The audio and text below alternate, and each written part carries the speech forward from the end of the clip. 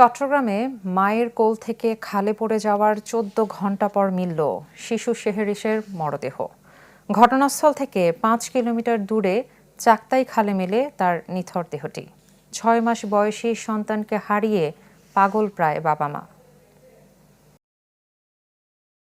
চট্টগ্রামের চাক্তাই চামড়ার গুদাম এলাকার খালে জমে থাকা মাটির উপর ভাসছিল পুতুলের মতো ছোট্ট শিশু সেহেরিসের মরদেহ।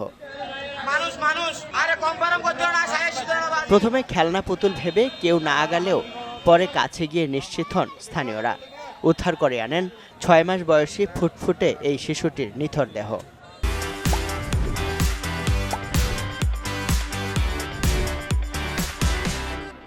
ছোট বাচ্চারা বোটকে তোয়াইতে গেছিল খালে থেকে তোয়া যাওয়ার পরে একটা হাত দেখছিল বাচ্চাটা, মনে করছে পুতুল মনে করার পরে মানুষ সবাই চাপ দিছে। একটা লোক আসি বলতেছে এখানে একটা ছোট বাচ্চার হাত দেখা যাচ্ছে।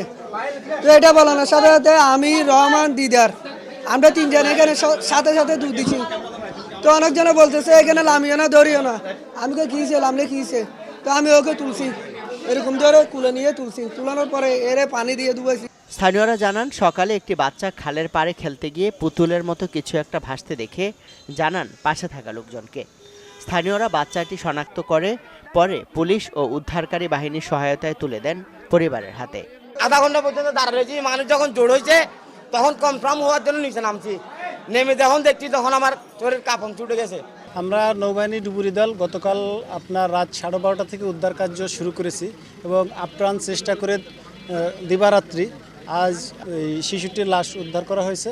শুক্রবার রাতে চাক্তাইয়ের বাসা থেকে আত্মীয়ের বাসায় যাওয়ার সময় কাপাসগোলা এলাকার হিজরা খালে রিকশা উল্টে পড়ে নিখোঁজ হয় শিশুটি।